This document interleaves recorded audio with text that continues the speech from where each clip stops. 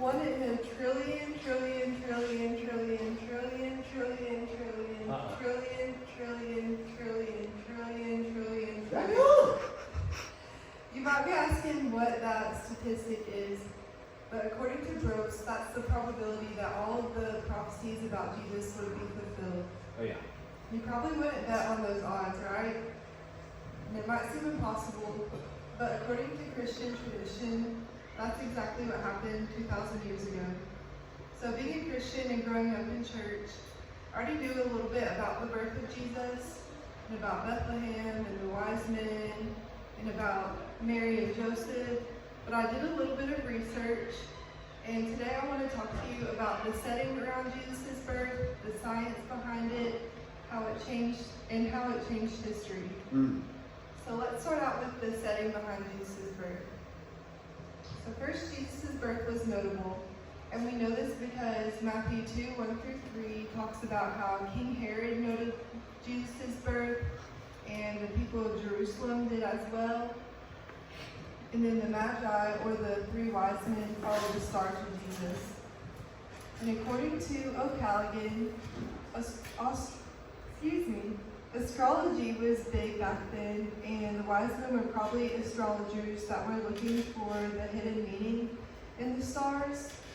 And on April 17th of 6 BC, the moon was passing in front of Jupiter, which they associated with royalty, so they could have looked into that and thought that something was going on and looked into that way. So now that we've looked at a little bit of the settings behind the birth of Jesus, we're going to talk about the science behind it. So the science behind the birth of Jesus was impossible. Matthew 1 talks about it being a virgin birth, which we know is impossible according to science and things like that. But the University of Cambridge did a study on virgin births and looked at a few different animals that had virgin births. And they came to the conclusion of maybe it was due to parthenogenesis. And basically that's a process where the female can give birth without the help of the sperm.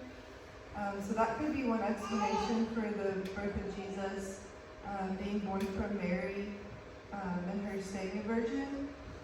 So now that we've looked at some of the science behind the birth of Jesus, we're going to look into the significance behind the birth of Jesus. So according to Owen Jarvis and Robert Pullman, the birth of Jesus was kind of a marker in history between BC, which stands before Christ, and AD, which stands for Anno Domini, or in the year of our Lord. And even though Jesus' birth wasn't in the middle of both of these times, his birth was still a marker in history that it was named after him, and kind of a dividing line in between those two times. So now that we've explored the setting around Jesus' birth, the science behind it, and its significance, we know that his birth is unique and against all odds that Jesus was born. And truly, his birth was miraculous. And even if you're not a Christian, you can still know that his life was impactful and truly a marker in history.